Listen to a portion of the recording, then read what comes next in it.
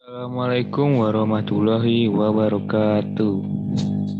Kenalkan nama saya Audi Raihan. Di sini saya akan membahas tentang materi tekuk kolom mata kuliah mekanika bahan. Langsung saja yang pertama adalah tekuk kolom. Dalam tekuk kolom ini, bahaya tekuk umumnya terjadi pada kolom. Hal ini dikarenakan kolom mengalami gaya yang dominan adalah gaya aksial tekan. Kolom merupakan elemen struktur yang sangat penting yang harus diperhatikan dalam mendesain kolom. Kolom merupakan salah satu komponen struktur yang wajib diperiksa terhadap bahayanya tekuk. Nah, di sini pada gambar A merupakan contoh dari sebuah kolom yang belum terkena oleh gaya aksial tekan ya. Ini lurus tinggi, kurus ya, tegak. Setelah kolom ini terkena gaya aksial tekan, maka akan terjadinya tekuk ya.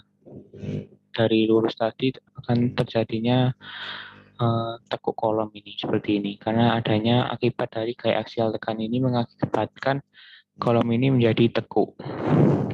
Keruntuhan pada kolom terjadi karena tekukan, yaitu deformasi arah lateral dari suatu batang. Untuk materi selanjutnya yaitu tekuk elastis dan tekuk inelatis. Tekuk elastis adalah sebuah kondisi kelangsingan elemen struktur kolom lebih besar daripada kelangsingan kritisnya. Sedangkan tekuk inelatis adalah kondisi kelangsungan elemen struktur kolom lebih kecil dari kelangsingan kritisnya. Jadi gaya yang bekerja sentris pada batang menyebabkan suatu batang tersebut melentur sejauh Y, sehingga terjadi momen lentur tambahan sekunder yang besarnya Mx sama dengan P kali Y. Garis lentur diberikan oleh persamaan sebagai berikut ya. Persamanya yaitu D kuadrat Y per dx kuadrat sama dengan min mx per ei sama dengan p per ei kali y. Jadi keterangannya E itu modulus elastisitas baja, sedangkan I itu momen inersia batang. Apabila diintegralkan akan menghasilkan persamaan beban kritis yang bekerja pada batang tekan PJR sama dengan P kuadrat kali E kali I per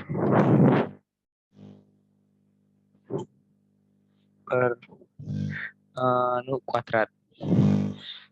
Sedangkan untuk tekanan kritis adalah VJR sama dengan PJR per AG sama dengan P kuadrat kali EI per AG kali LK kuadrat. Untuk jari-jari inersia itu rumusnya R sama dengan akar dari super AG. Maka VCR sama dengan P kuadrat kali E kali R kuadrat per LK kuadrat. Sedangkan untuk kelangsingan batang rumusnya adalah P sama dengan LK per R. Peroleh VCR P kuadrat kali E per R kuadrat.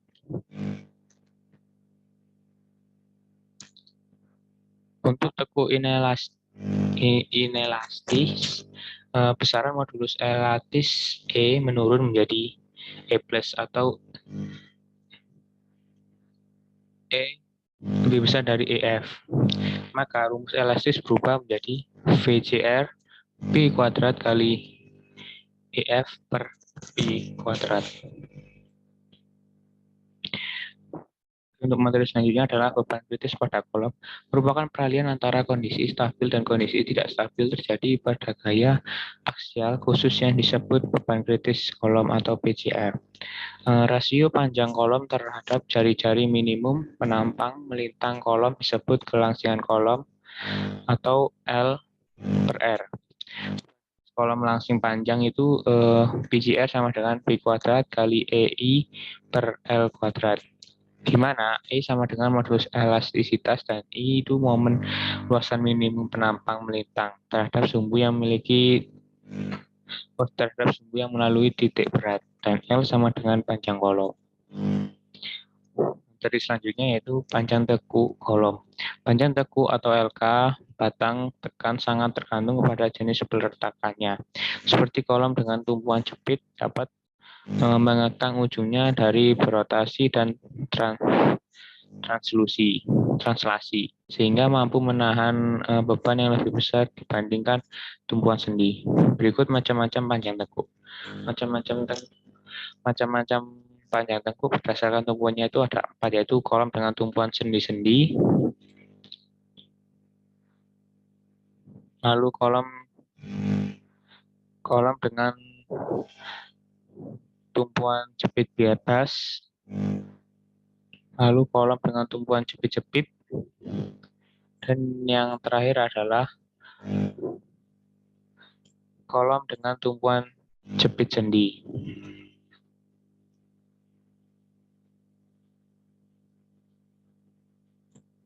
Langsung saja ke contoh soal ya. Ini contoh soal dari materi ini seperti ini ya contoh. Ini hanya contoh, yaitu sebuah kolom kayu mempunyai panjang 4 meter, dimensi penampang 6/12, modulus elastis kayu atau E-nya itu 60.000 kg per cm persegi. Terus pertanyaannya adalah hitunglah PCR jika